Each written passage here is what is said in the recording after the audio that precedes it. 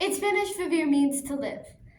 The proper congregation for the improper way to say I live, which translates to yo vivo.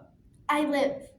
My mom asking me, would you rather celebrate a sweet 16 or have a quinceañera party? Well, you aren't really Spanish because your dad is white, which gutted me truly. I identify as Latina. I identify with my mother's culture and country as well as American culture. Thank you, Mom, for the Midwest surrounding me like a cage to keep out my diversity. I live. There are no gender neutral nouns in Spanish. I live. Yes, I do love coffee. I live. No, it did not stunt my growth. I live. If you're Hispanic, why aren't your ears pierced?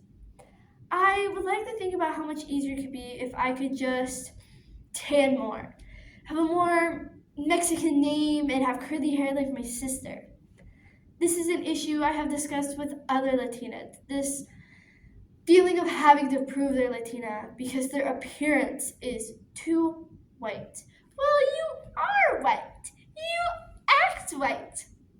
And I solely retort, why? Because I'm not doing your lawn or taking care of your kids. You need to broaden what your idea of Latina means.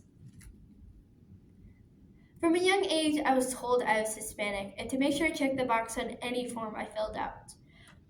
According to Pew Research, when people were asked if someone on the streets would describe them as being Hispanic, 17% of US-born Hispanics said yes. Then, when asked to pick a skin color that matched them best from a range of light to dark, 80% of them chose one of the lighter shades. This shows that many Hispanics feel closer to being a white person than actually being Hispanic.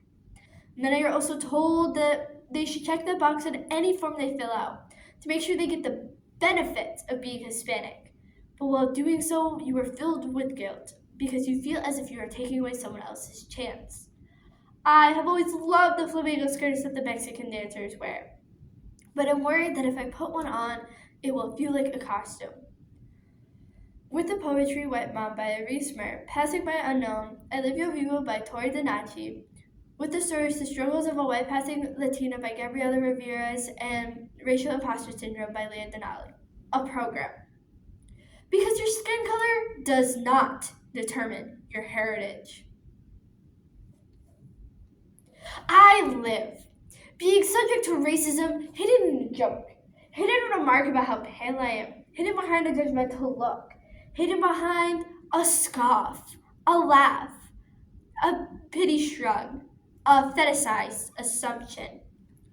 Growing up by passing meant peers don't notice your ethnic background. And then they question you before and after you tell them. I'm Mexican. Thank you, Mom, for my white skin, my English language, and my German roots. It was difficult for me to imagine an ethnicity with a wide variety of shades because I felt I didn't fit into the same category as a person of color. Through these experiences, growing up white passing made me insecure in who I was. I am not enough that I should stay on the white side of the identity line. I asked the class, was I passing when I was just sitting here before I told you? Thank you, Mom, for making me have access to white privilege that I always have, but never quite appreciate for the sake of a Hispanic surname. Despite feeling excluded from my own culture at times, it is important to admit the privileges that come with being white passing. Since I look white, I will never be followed in a store or be under suspicion that I might be stealing. I am seen as less deviant and more desirable to men. I live. Whoa!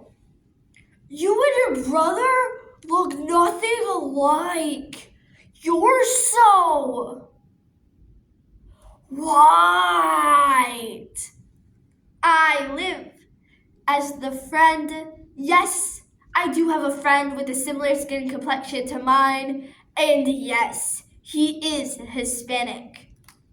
She keeps examining my face and then turning away.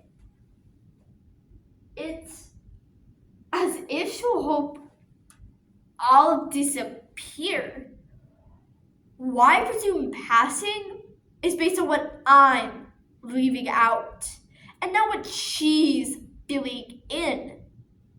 Who, for whatever fucking reason,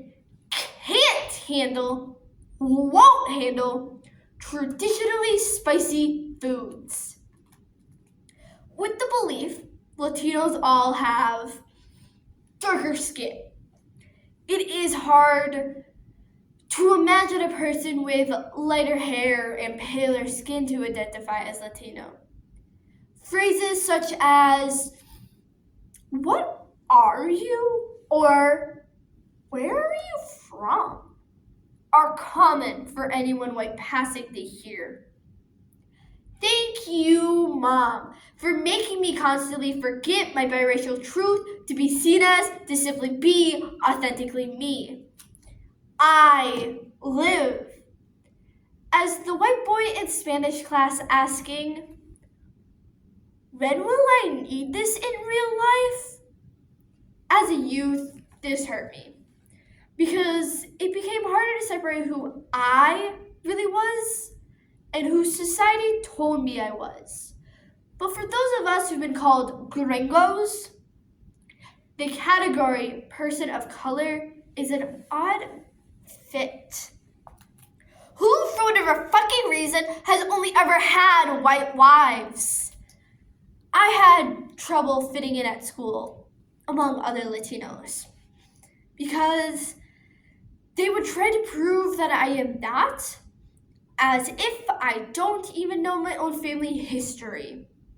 Or I would be told that I am not Mexican because I do not look the part, so therefore I'm not.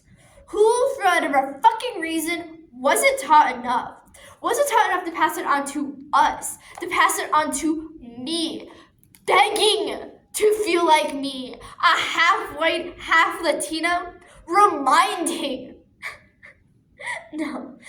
insisting to the world, I am Latina. I knew my ethnicity would never have been questioned if I was darker.